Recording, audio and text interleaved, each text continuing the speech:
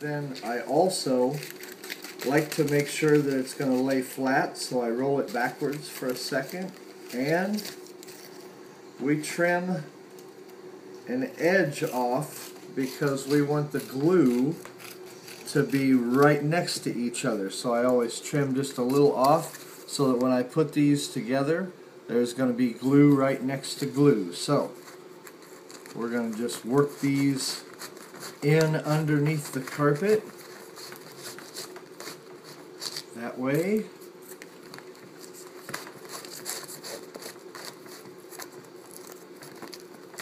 And like this.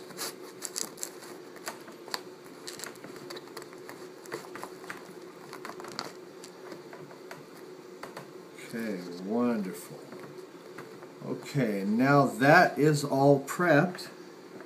Now, a very important part of this is for us to put a good quality seam sealant on your seams here on the cut edge, because these yarns will pull very, very easily after the repair is done. Do not count on your seam tape to seal your seam like that. You need a good latex adhesive, and we put that on there,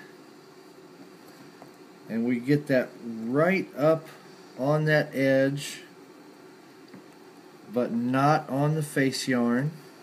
And the guys, if you aren't using seam sealer when you're doing a professional repair in carpeting, you are not doing your customer justice. The function of this is to make sure that in a vacuum or in a traffic situation where people are walking across your seam, this will ensure that the fibers are not going to come plucking out as a result of agitation of normal parameters. So now we make, once again, we want to make sure that this is the correct way, pointing that way, and we are going to go ahead and seal the edges of our donor piece as well. Now, of course, this is a little easier because it is out where you can have a little more control over it, not right up against the floor, but it doesn't matter where you have to put it. The fact is that you have to use this stuff to make sure that you're doing your customer justice. It's not optional. So, this is how we do this. We're going to put a nice big bead all the way across that edge, and then you run your finger across it, and you make sure that that gets the latex right up inside.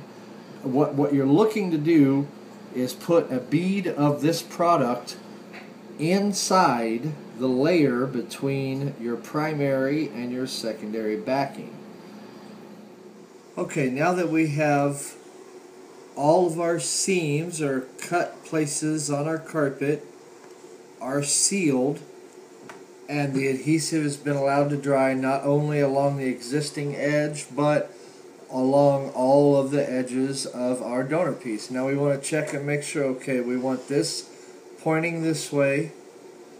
So now we are going to set this in here, being very careful not to get adhesive on your face yarns, and also being very careful not to trap any face yarns in the seam itself.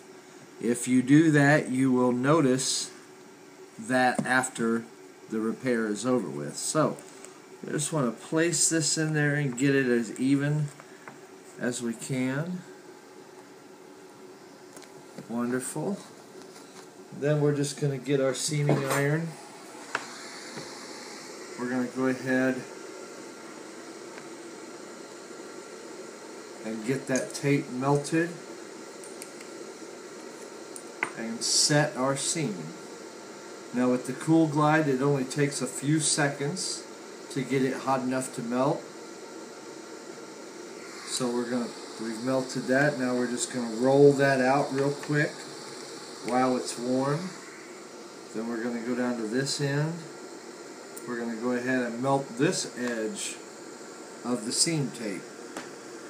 And again, a few seconds is all it needs. And it's ready to be lifted off now. So, we roll this portion out.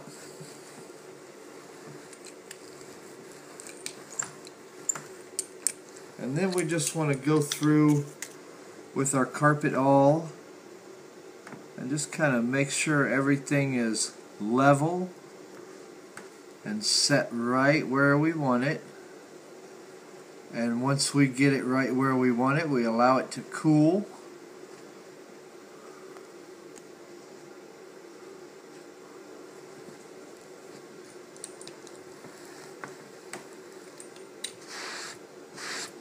And that is a permanent solution to a problem that you couldn't solve with a chemical. We just needed a bonded insert to do that. Alright, and thank you very much. That is the proper way to set a bonded insert in a low-level loop carpet. It is a fairly detailed procedure. It takes some practice, but once you make your practice board and you do this a few times on a few samples, you will be ready to go to a customer's house. And for something like this that takes about 20 minutes, I would be in the neighborhood of $60 to $70 for this repair. Thank you so much.